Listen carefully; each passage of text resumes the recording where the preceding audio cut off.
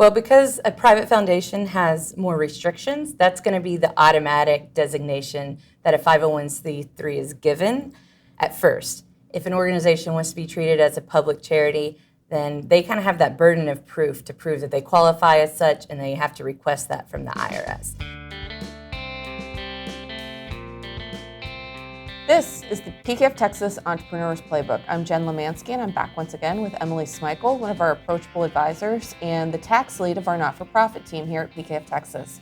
Emily, welcome back to the Playbook. Thanks for having me, Jen. So I know we advise a whole bunch of different types of not-for-profit organizations, different types of even 501c3s. Right. I think two of the main ones are public charities and private foundations. Can you tell us a little bit about the differences between the two? Yeah, you're right, Jen. In the world of 501c3 organizations, they can fall into one of two categories: public charities, private foundations. And the main distinction between the two is the amount of involvement from the public in these organizations.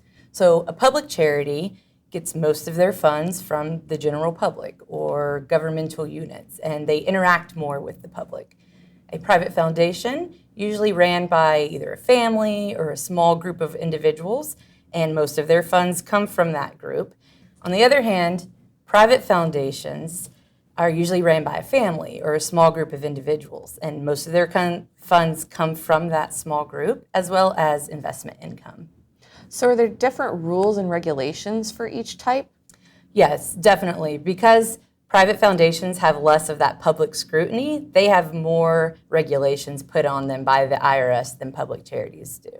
So what are some of the restrictions that the private foundations have to deal with? Well, for example, the IRS requires that a private foundation distribute at least 5% of their assets every year, whether that's through grants or through qualified operating expenses. There's also a 1.39% excise tax on net investment income for private foundations. And private foundations also have some rules and regulations around how much voting stock they can own in a private company. And there's also some rules around things like self-dealing, which deals with significant contributors and other interested persons of the organization. So 501c3, that's seemingly the same thing. How does the IRS determine if it's a private foundation or a public charity?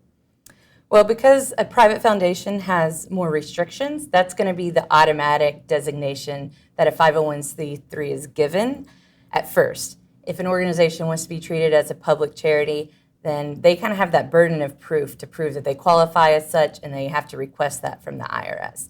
And there are tests that are used, such as a public support test, and that's something we can dive deeper into on another video. Perfect. I think we'll get you back to talk a little bit more about that. That sounds good. Awesome. All right. This has been a Thought Leader production brought to you by PKF Texas, the Entrepreneur's Playbook.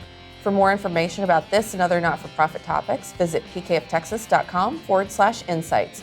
Tune in next week for another chapter.